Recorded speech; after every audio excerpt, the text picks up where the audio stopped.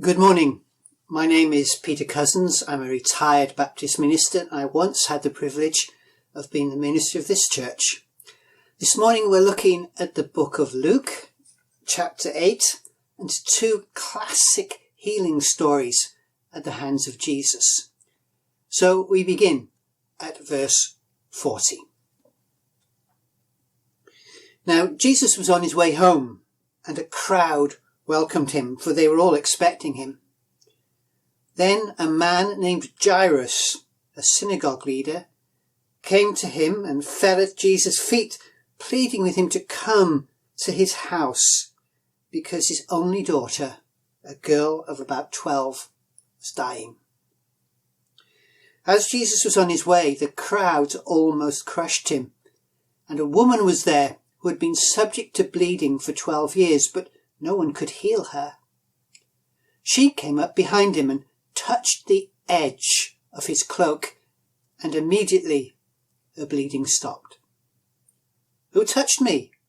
Jesus asked. When they all denied it, Peter said, "Oh, Master, the people are crowding and pressing against you." But Jesus said, "Someone touched me. I know that power has gone out from me."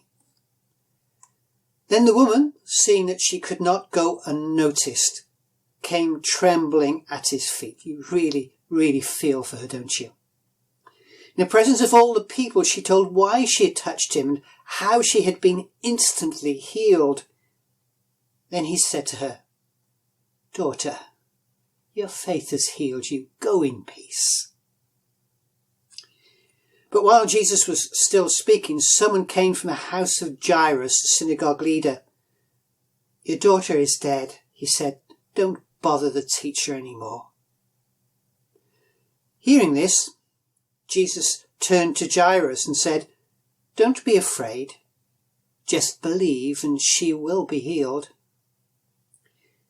When he arrived at the house of Jairus, he did not let anyone go in with him except Peter, John, and James, and the child's father and mother.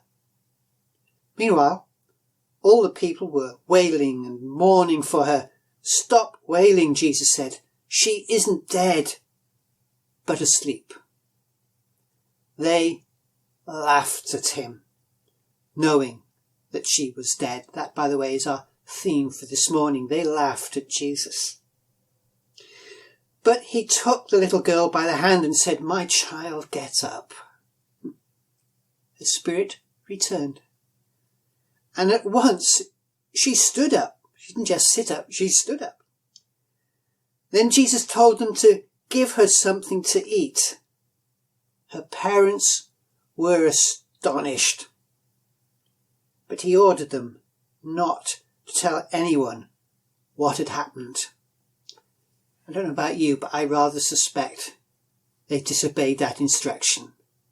I know for sure, and you do too, they told the world of the miracle they'd received.